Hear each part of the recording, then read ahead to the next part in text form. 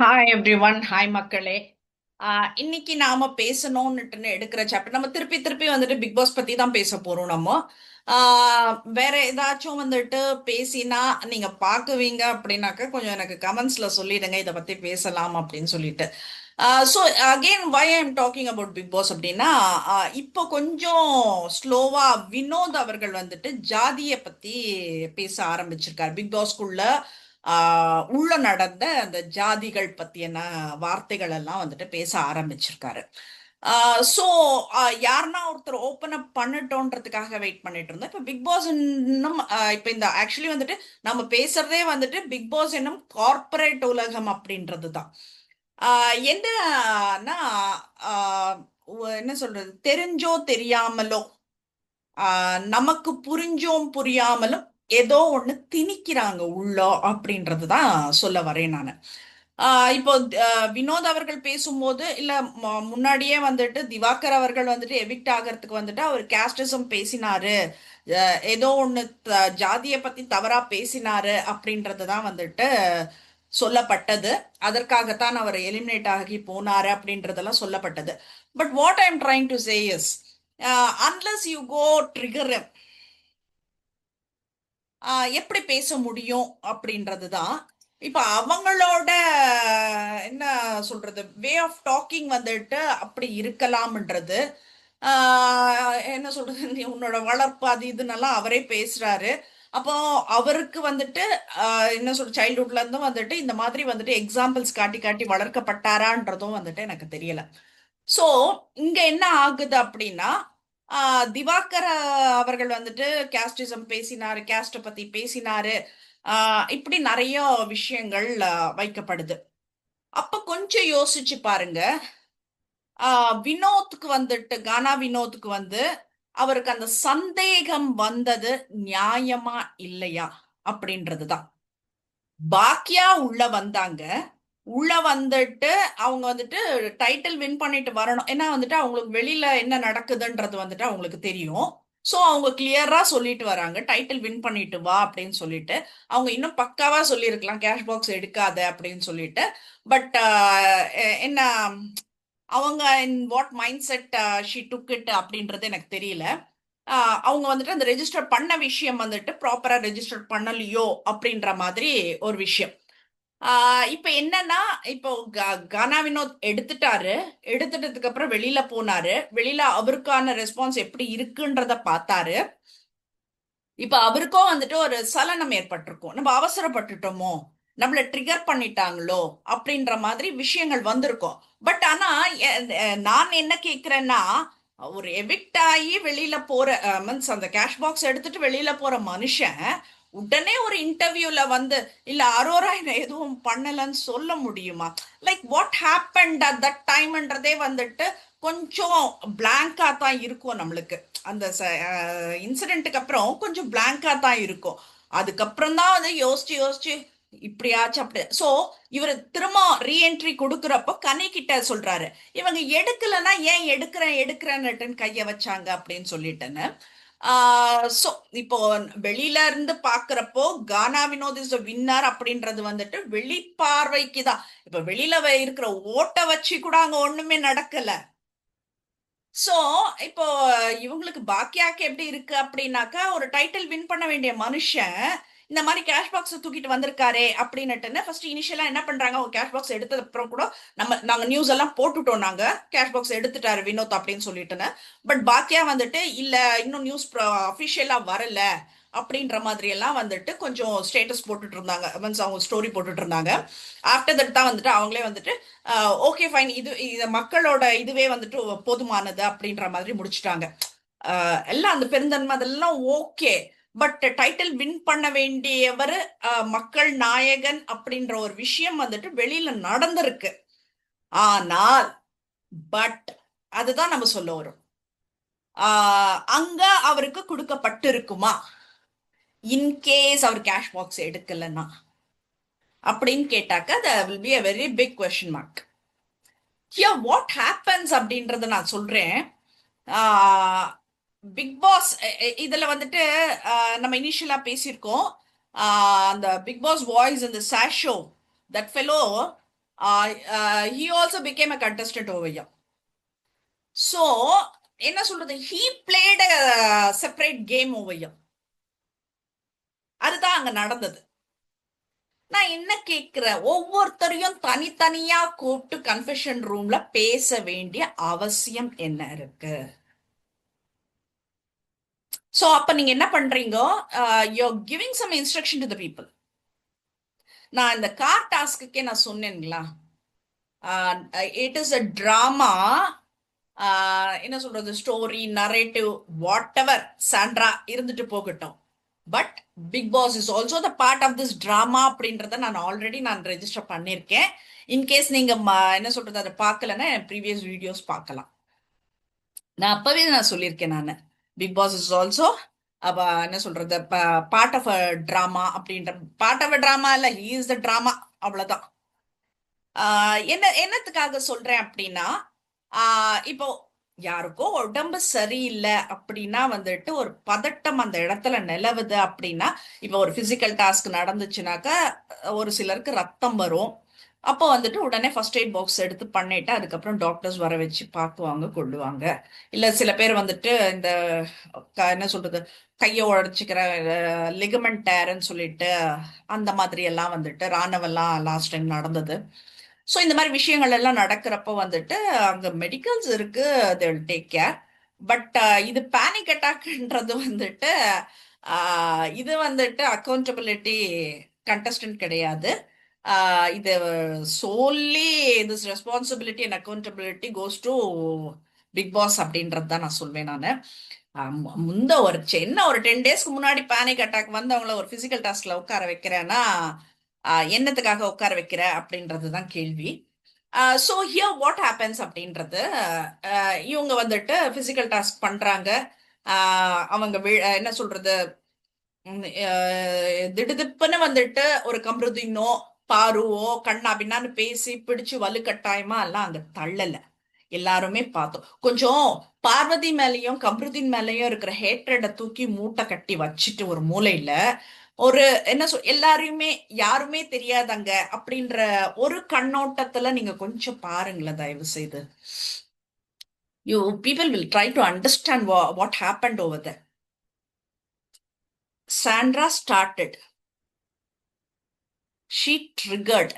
சாண்ட்ராக்கு நல்லா தெரியும், முன்னாள் தான் வந்து பார்வதிய அடிக்கிற அளவுக்கெல்லாம் போய் அங்க பக்கெட் எல்லாம் எட்டி உதைச்சி கானா வினோத் வந்துட்டு அதை உடைக்கிறது இது ப்ராப்பர்ட்டி, இது பிக் பாஸோட ப்ராப்பர்ட்டி அப்படின்னுட்டுன்னு அவ அப்படி பண்றா அப்படி பேசுறா அப்படின்னா அதுக்கு நீ அவளை அடிடா அப்படின்னுட்டு கானா வினோத் தான் சொன்னாரு. அதுக்கப்புறம் சட்டுன்னு அப்ப எனக்கு ரெட் கார்டு கொடுத்துருவாங்கன்றப்ப சட்டுன்னு அவர் வார்த்தையை மாத்திக்கினாரு. ஸோ அவரோட என்ன சொல்றது பேச்சு அதுதான், இன்டென்ஷனல் கிடையாது. லைக் நீ இதை பண்ணு அப்படின்றது கிடையாது, யதார்த்தமா அதுக்கு அவளை போட்டு பொழக்க வேண்டியது தானே, அந்த மாதிரி வந்துட்டு ஒரு வார்த்தை சொல்றது அது அப்படின்னு நம்ம எடுத்துக்கலாம். அப்படி ஒண்ணு நடக்குது. அப்போ வந்துட்டு என்ன ஆகுது, இங்க ரொம்ப வந்து சாண்ட்ரா கம்ருதீனை பத்தி நல்லா தெரியும், பாரு பத்தி ரொம்ப நல்லா தெரியும். அப்போ நாம ஏன் அந்த இடத்துல போயிட்டு அவங்கள ட்ரிகர் பண்ணணும்? இதுல பிக் பாஸ் வந்துட்டு எல்லாரையும் விட்டுட்டு சாண்ட்ராக்கு தான் சொல்றாரு. சாண்ட்ரா எங்கேயோ அவுட்டிங் போற மாதிரி வந்துட்டு நல்லா கேஷுவலா சந்தோஷமா உட்காந்துட்டு இருக்காங்க விண்டோ சீட்ல அப்படின்னு சொல்லி. சோ அது எல்லாருக்கும் வந்துட்டு ஒரு இது கொடுக்குது. சோ அவங்களதான் ட்ரிகர் பண்ணணும் அப்படின்ற மாதிரி. பட் சாண்ட்ரா தான் வந்து ட்ரிகர் பண்றாங்க அடுத்தவங்கள. அப்போ அவங்க வந்துட்டு ஒரு கார் டாஸ்க்ல எல்லாரும் வெளியில போயிட்டு யார் லாஸ்ட்ல உள்ள இருக்காங்களோ அவங்க தான் அது வின் பண்ணணும். அப்போ எல்லாரும் வெளியில போகணும்னாக்க பிடிச்சு தள்ளித்தான் ஆகணும்.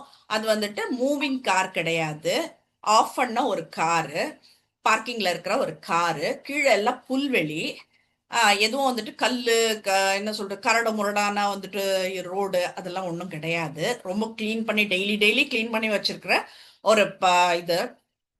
அப்ப என்ன ஆகிடும், பிடிச்சு தள்ளினாங்க, ஓகே ஃபைன், என்ன சொல்றது பிடிச்சு தள்ளக்கூடாது அப்படின்றதெல்லாம் வந்துட்டு நீங்க எடுத்துட்டு அந்த ஒரு கோணத்துல எடுத்தா கூட பிடிச்சு தள்ளினாங்க, கீழே விழறாங்க, கார் டோர் க்ளோஸ் பண்றதுக்கு விக்கல்ஸ் வந்துட்டு உங்க காலை இழுத்து விட்டுட்டு கார் டோர் க்ளோஸ் பண்ணி கொடுக்குறாரு.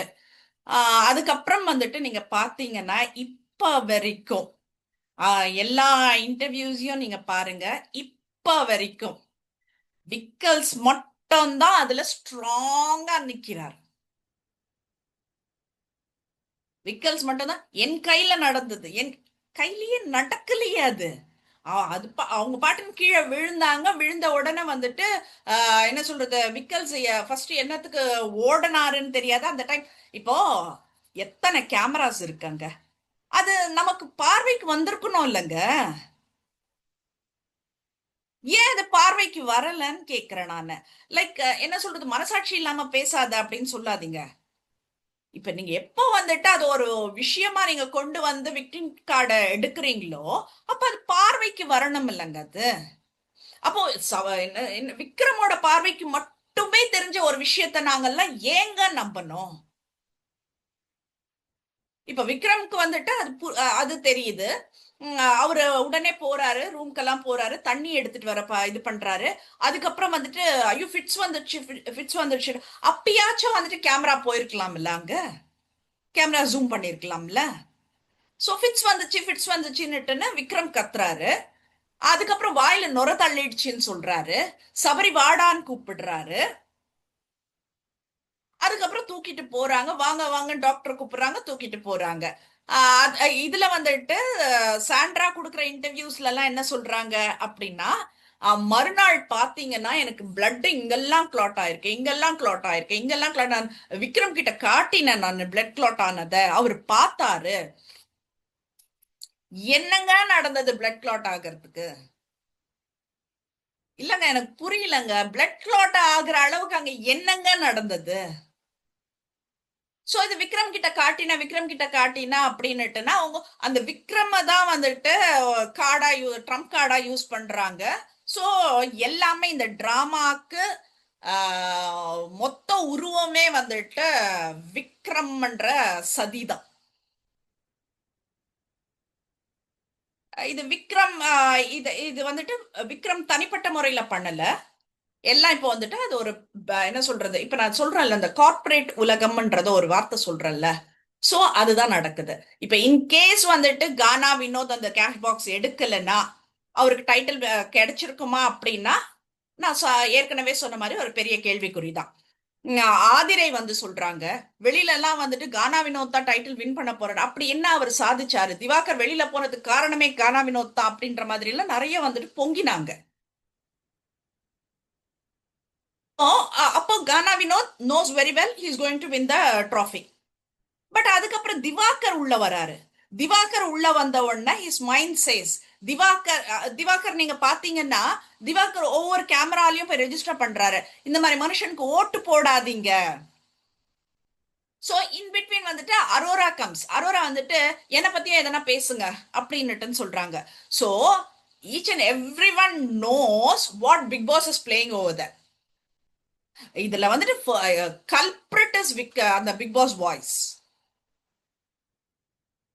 சோ இதுதான் அங்க நடந்ததே. ஆக்சுவலி நீங்க ஸ்லோ பை ஸ்லோ நீங்க அது பாரு, கம்ருதீன், சாண்ட்ரா இதெல்லாம் விட்டுடுங்க, வினோத், திவாகர் எல்லாமே விட்டுடுங்க. கொஞ்சம் நான் சொல்ற விஷயத்த மட்டும் யோசிச்சு பாருங்களேன்.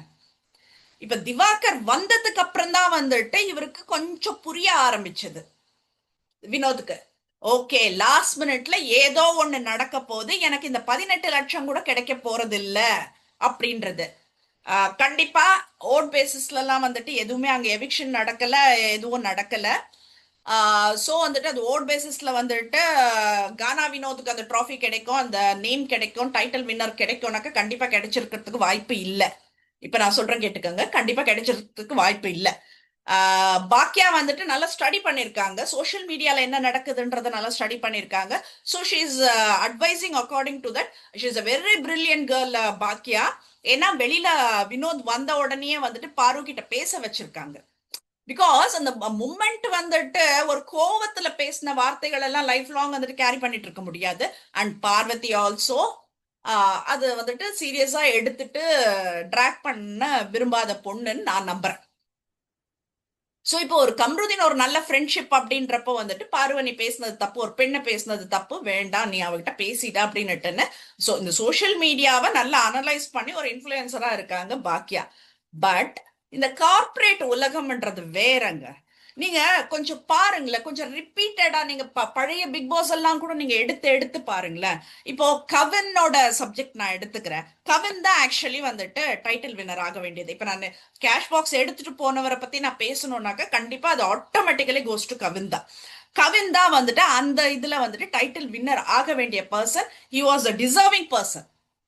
பட் அங்க ஒரு நீட் என்ன நடக்குது, வெளியில அவங்க அம்மாக்கு பிரச்சனை.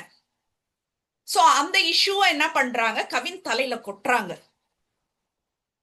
யார் பண்றாங்க? பிக் பாஸ் பண்றாங்க. அப்போ அந்த பையனுக்கு வந்துட்டு பணம் எவ்வளவு முக்கியம்ன்றது வந்துட்டு மைண்ட்ல போய் என்ன சொல்றது, அந்த அளவுக்கு டவுன் பண்ணுது. So he took the cash box. எப்படிங்க அது கரெக்டா அந்த செகண்ட் எப்படிங்க நடக்கும், கொஞ்சம் யோசிச்சு பாருங்களேன். இப்போ கவினுக்கு அந்த டிராஃபி கொடுக்கறதுக்கு இவங்களுக்கு விருப்பம் இல்ல. சோ என்ன பண்றாங்க, கவினோட தான் அந்த இன்சிடென்ட் நடக்குது. கவின் அதுல வந்துட்டு இது பண்றாங்க. கவின் அந்த மணி எடுத்துட்டு வெளியில கிளம்பிடுறாரு. ஓகே ஃபைன், கவின் போயாச்சு. சோ அடுத்த பிளேஸ்ல யார் இருக்கிறது? சாண்டி. கவினும் சாண்டியும் அந்த சீசன்ல வந்து அந்த சீசன்னா அந்த அளவுக்கு வந்துட்டு உயிரோட்டமா கொண்டு போன ஆட்கள். இப்ப அடுத்தது என்ன சொல்றது, கவின் போயிட்டான். அப்ப சாண்டிக்கு தான் அங்க வரணும். அது எப்படிங்க மொகின்ராவுக்கு போகும்? அது மொகின்ராவ் என்னங்க பண்ணாரு? சாண்டியை விட என்னங்க நல்லா பண்ணாரு? கொஞ்சம் யோசிச்சு பாருங்க. இதெல்லாம் வந்துட்டு வேறங்க. இந்த ஸ்கிரிப்டட்ன்றதெல்லாம் வந்துட்டு அங்க நடக்கிற விஷயங்கள் எல்லாம் கிடையாது. இதுதான் விஷயம். கவின் இன்னும் நான் ஃபர்ஸ்ட் சீசனுக்கே வரேன். நான் ஓவியா, ஓவியாக்கு ஆர்மி ஆரம்பிச்சது ஃபர்ஸ்ட் ஃபர்ஸ்ட் வந்துட்டு ஒரு ஆர்மின்னு ஒரு ட்ரெண்டிங்ல போன விஷயம் ஓவியாக்கு. மக்கள் அந்த அளவுக்கு உயிரா இருந்தாங்க ஓவியா மேல. ஓவியா ஓவியா நட்டன் எங்க பாரு ஓவியா ஓவியாவா இருந்தது. அப்போ நீங்க ஜென்யூனா சொல்லுங்க, அப்ப டிராஃபி வின் பண்ணிருக்க வேண்டியது ஓவியா தானே? எதுக்கு ஓவியா வெளியில போகணும்? மென்டல் பிரஷர் யார் கொடுக்கறது ஓவியாக்கு? ஆரவ் கிடையாது, பிக் பாஸ்.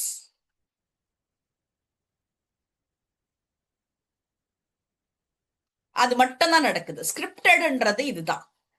வெளி உலகத்துல வந்துட்டு இந்த அளவுக்கு பிரபலம் ஆகுறவங்களை வளர்த்து விடுறது இல்ல பிக் பாஸ் பொறுத்த வரைக்கும். அது விடுங்க, லாஸ்ட் சீசன் பேசலாம் நம்ம. ஜாக்லின் கேஷ் பாக்ஸ் எடுக்கிறதுக்கு போறாங்க. அந்த இது அந்த ஒரு டாஸ்க்கு போறாங்க வெளியில. அந்த டைம்குள்ள உள்ள வந்துடுறாங்க. அங்க என்ன பண்றாங்க, இல்ல இன்னொரு வாட்டி நாங்க மைன்யூட்டா பார்க்கணும். சோ மைன்யூட்டா பார்த்து எவிக்ட் பண்றாங்க. ஏன்?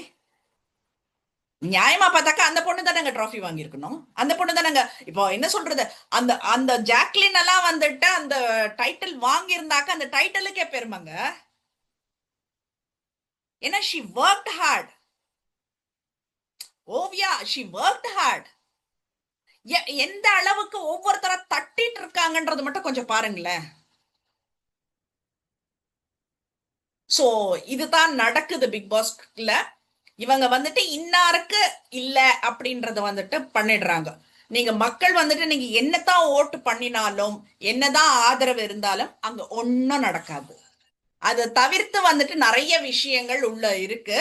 இப்ப நான் என்ன கேக்குறேன்னாக்கா, இப்ப வினோத வந்துட்டு எனக்கு தெரிஞ்சு ட்ரிகர் பண்ணி பண்ணி பண்ணி தான் அவர் அதை எடுத்தாரு. ஆனா எடுத்தது வினோத்துக்கு நல்ல ஒரு விஷயம். ஏன்னா அவர் அந்த வார்த்தையை சொல்றாரு, லாஸ்ட் மினிட்ல என்ன ஆகும் தெரியாது, லாஸ்ட் மினிட்ல என்ன ஆகும் தெரியாது, என்ன வேணா ஆகலாம், செகண்ட்ல என்ன வேணா ஆகலாம், அந்த செகண்ட்ல என்ன வேணா ஆகலாங்க.